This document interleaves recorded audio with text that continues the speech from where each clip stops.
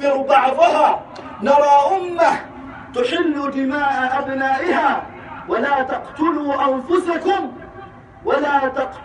أنفسكم. هذه وصية الله تبارك وتعالى الممتدة من بني إسرائيل إلى بني إسماعيل. ولا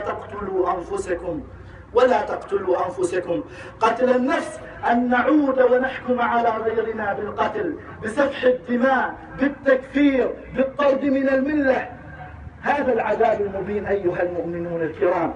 لا بأس للإنسان أن يبقى على مذهبه ويبقى على قناعاته، ولكن لا يجعلها أيقونة الحق ويجعل غيره أيقونة الباطل، فيكفر هذا ويضلل ذاك ويبدع ذلك، ثم ينتهي إلى حلية الدماء كما نراه اليوم أيها المؤمنون الكرام.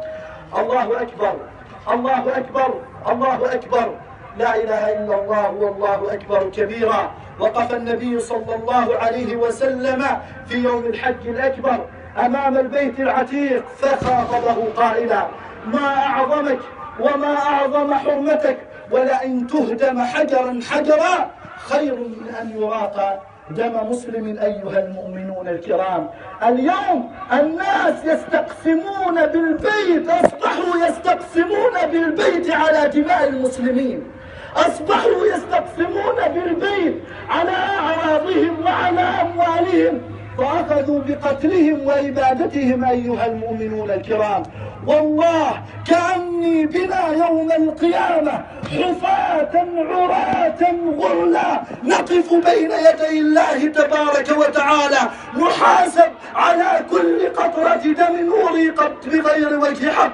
وتلك السياسة الخبيثة التي أرادت هذا الدين مطية للقتل والتدمير والدماء، والله ثم والله ثم والله سيعودون جميعا أمام الله، سيحاسبون أمما ويحاسبون جماعات ويحاسبون أفرادا، وعلى كل ذلك سيقذفون بالنار إن حملوا في رقابهم دما من دماء المسلمين. أيها المؤمنين الكرام، الله أكبر، الله أكبر، الله أكبر، الله أكبر، حقا وصدقا، تعبدا ورقا.